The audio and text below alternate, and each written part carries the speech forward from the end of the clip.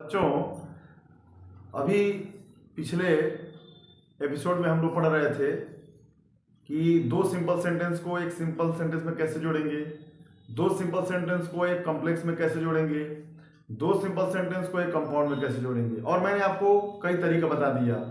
Participle का प्रयोग करके कैसे बनाएंगे आप, पार्टिसिपल में कितने होते हैं वो भी मैंने बता दिया। उसके बाद इन्फिनेटिव का प्रयोग करके मैंने सिखाया, कब बनाते हैं कैसे बनाते हैं वो भी मैंने तरीका सिखाया। अब आप जानने का प्रयास करेंगे कि हम जिरंड से कैसे बनाएंगे। जिरंड क्या होता है पहले ये समझेंगे। आपको मैंने बताया था डबल पार्ट्स ऑफ स्पीच के अंतर्गत, जिसको नॉन फाइनाइट भी कहते हैं, उसके अंदर तीन चीजें आती हैं। क्या क्या? पार्टिसिपल, इन्फिनेटिव और जिरंड। तो पार्टिसिपल और जिरंड इन्फिनेटिव हमने पढ़ लिया है, जिरंड की बारी है। तो जिरंड कैसे पहचानेंगे बच्चों? तो हिंदी में जानिएगा, इसका ट्रिक है। हिंदी में ना नहीं आता है, जैसे इन्फिनेटिव में आता है ना नहीं, वैसे ही जिरंड में आता है, समझ रहे हैं ना। तो ना नहीं इसमें भी आता है, लेकिन अंतर क्या है? वर्ब की फर्स्ट फॉर्म से पहले उसमें क्या करते थे, इन्फिनेटिव में टू का प्रयोग करते थे तो इन्फिनेटिव बन जाता था। इसमें क्या करेंगे, वर्ब की फर्स्ट फॉर्म में आई जोड़ेंगे बाद में, है ना। से वाक से वाकिंग, वर्क से वर्किंग, ऐसे बना लेते हैं। इसमें भी ना नहीं आता, उसमें भी ना नहीं आता, लेकिन अंतर क्या है? इंग्लिश में अंतर है। वर्ब के पहले टू का प्रयोग करेंगे तो इन्फिनेटिव बन जाएगा, वर्ब की फर्स्ट फॉर्म के बाद आईएनजी जोड़ेंगे तो जिरंड बन जाएगा, ठीक है ना। तो हम क्या पढ़ने जा रहे हैं? हम लोग पढ़ेंगे rule 3, by using preposition before noun or gerund. मतलब नाउन या संज्ञा या जिरंड के पहले प्रीपोजिशन का प्रयोग करके एक साथ क्रम से, ताकि तीनों चीजें समझ में आ जाए और हर चीज एक एक चीज बढ़िया से क्लियर हो जाए। समझ आ गया ना। तो प्रीपोजिशन का भी आपको ज्ञान होना चाहिए। प्रीपोजिशन को पढ़ लीजिएगा। अगर आपको दिक्कत हो तो मेरा प्लेलिस्ट देख लीजिएगा। सिंटेक्स में मैंने प्रीपोजिशन का एक पार्ट डाला है एकदम बारीकी से। सिंटेक्स में आपने पूरा देखा होगा, नाउन, प्रोनाउन, एडजेक्टिव सब कुछ है उसमें। प्रीपोजिशन एकदम विस्तार से पढ़ाए हैं, उसको देख लीजिए कि जहाँ दिक्कत हो। नहीं दिक्कत हो कोई बात नहीं, हम तो चाहते हैं कि आप अच्छी तरह से पढ़े और सफल हो, ठीक है ना। अब देखिए, नाउन या जिरंड से पहले प्रीपोजिशन का प्रयोग करके हम लोग क्या करेंगे, दो सिंपल सेंटेंस को जोड़कर एक सिंपल सेंटेंस में बनाएंगे, ठीक है ना। आइए देखते हैं, एक एग्जांपल लेते हैं, ठीक है। कभी कभी नाउन बनेगा, भाई जिरंड भी नाउन का काम करता है, नाउन के रूप में काम करता है ना। आइए एग्जांपल देखते हैं। जैसे ही बॉट, क्वेश्चन है, ही बॉट अ पेन, ठीक है। अब आगे लिखेंगे ही गेव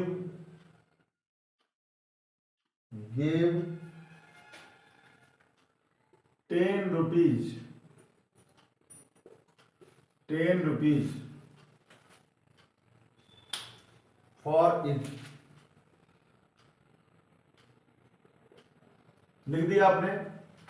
मैंने आपको ट्रिक बताया था कि सबसे पहले क्या करेंगे आप, अर्थ निकालेंगे हिंदी में। उसके बाद हिंदी में आप क्या करेंगे, जोड़ेंगे। उसके बाद इंग्लिश में ट्रांसलेट करेंगे। ये आना चाहिए आपको टिप्स। अगर ये टिप्स पता है तो आप बहुत अच्छी तरह से बना लेंगे सिंथेसिस को, कोई दिक्कत नहीं हुई है। सब जितने प्रतियोगी परीक्षाएं हैं उनमें भी आता है, जैसे एयरफोर्स में, SSC CGL, SSC GD, ये सब में आता है बच्चों। तो आप बढ़िया से पढ़िए, बेस तैयार करिए, है ना। ध्यान दीजिएगा आप लोग, बेस तैयार रहेगा तभी आपको ट्रिक समझ में आएगा। आइए बनाते हैं सेपरेट। कंबाइंड क्या होगा, अर्थ निकालेंगे। वह एक पेन खरीदा, वह उसके लिए कितना दिया, 10 रुपया दिया। इसका मतलब क्या कि वह 10 रुपए में कलम खरीदा। देख रहे हैं ना। तो ये 10 रुपीज क्या हो गया, नाउन हो गया। तो यहां जिरंड नहीं बनेगा, क्या हो जाएगा, he bought a pen for 10 rupees. क्या हो जाएगा बच्चों, 10 रुपीज। क्या हो जाएगा, He bought a pen for 10 rupees. समझ में आया बच्चों? है? अब देखिए जिसके बाद समझते हैं आगे। बना लिए ना। तो ये नाउन हो गया, ये प्रीपोजिशन हो गया। देखा आपने, प्रीपोजिशन दे रखा था। आप अर्थ निकालिएगा, समझ में आ जाएगा, ठीक है ना। अब देखिए सेकंड एग्जांपल देखते हैं हम लोग, और भी एग्जांपल देखते हैं। जैसे वाक्य आ गया कि he gave me advice, he gave me advice,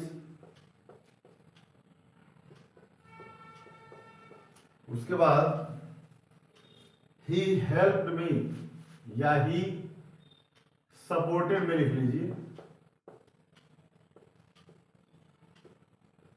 इसका मतलब वह मुझे सलाह दिया, वह मुझे सहारा भी दिया या मेरा समर्थन भी किया। देख रहे हैं, बोलिए।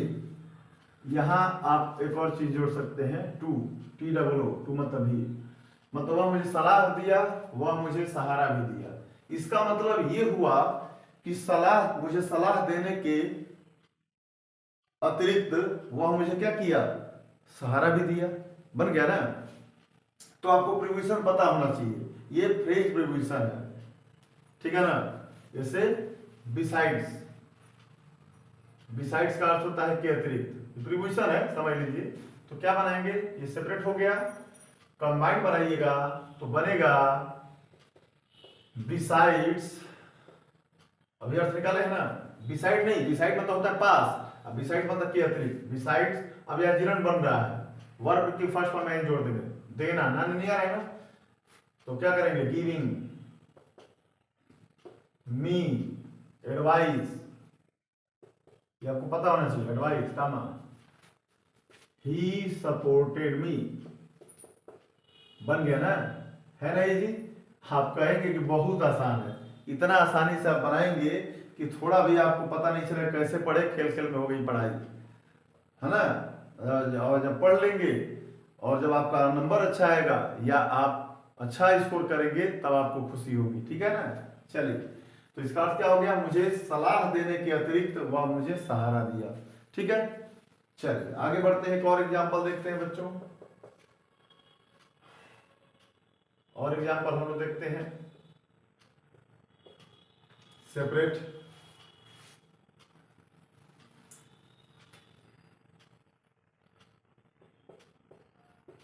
He made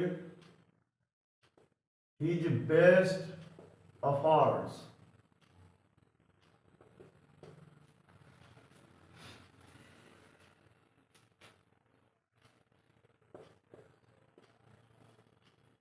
he could not pass in the examination या in the examination, एग्जाम लिख लीजिए, चलिए एग्जामिनेशन ही पूरा लिख लीजिए। आ रहा समझ में, इधर दिखाई दे रहा है ना, एग्जामिनेशन वाला पोर्शन दिखाई दे रहा है। देखिए, वह भरसक प्रयास किया, पूरी कोशिश किया, बहुत प्रयास किया, वह परीक्षा पास नहीं कर सका। इसका मतलब क्या हुआ बच्चों, मेरे लाल, क्या होगा कि पूरी कोशिश के बावजूद भी वह परीक्षा में उत्तीर्ण नहीं हो सका, परीक्षा पास नहीं कर सका। तो कह रहा है के बावजूद, के बावजूद की इंग्लिश आपको पता होना चाहिए बच्चों। कंबाइन करेंगे तो बनेगा इन स्पाइट ऑफ। क्या होता है, इन स्पाइट ऑफ होता है या डिस्पाइट होता है, डिस्पाइट भी होता है और स्पाइट ऑफ भी होता है। इन स्पाइट ऑफ अब मेड का, तो आप जानते हैं ना कि आप वर्ब की फर्स्ट फॉर्म में ही आइन जोड़ेंगे, वर्ब की फर्स्ट फॉर्म में ही आइन जोड़ सकते हैं। तो in spite of making his best efforts comma, शेष वैसे ही जोड़ दीजिए, ही कुड नॉट लिख दीजिए, he could not pass in the examination, वैसे लिख लीजिए आप। बन गया ना, देखा आपने कितना आसानी से बन गया। एकदम आपको जैसे मैं बता रहा हूं ना वैसे ही आप काम करिए, उसी मेथड को अपनाइए, एकदम आप बढ़िया से बना लेंगे, अच्छी तरह से बना लेंगे। आइए देखते हैं हम लोग एक और एग्जांपल देखते हैं बच्चों, पूरी कोशिश कर लिया जाए। जैसे आ गया, the moon rose full stop, the journey was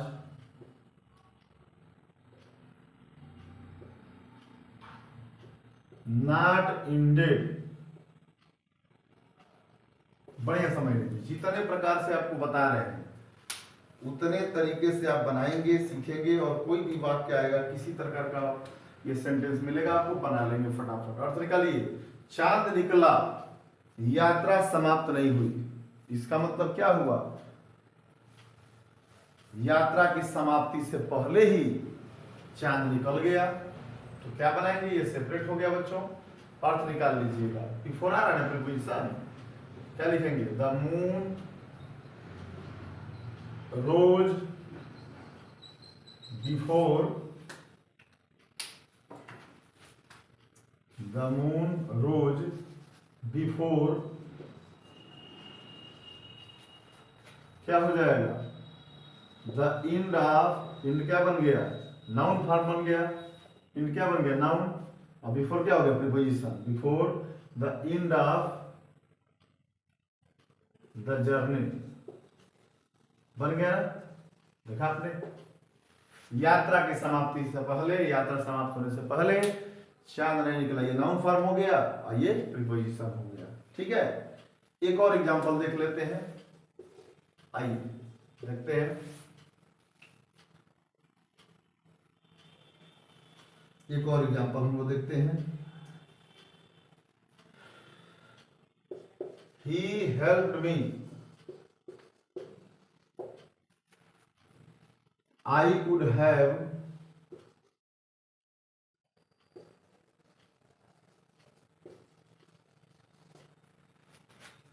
drowned। Drown मतलब डूबना होता है।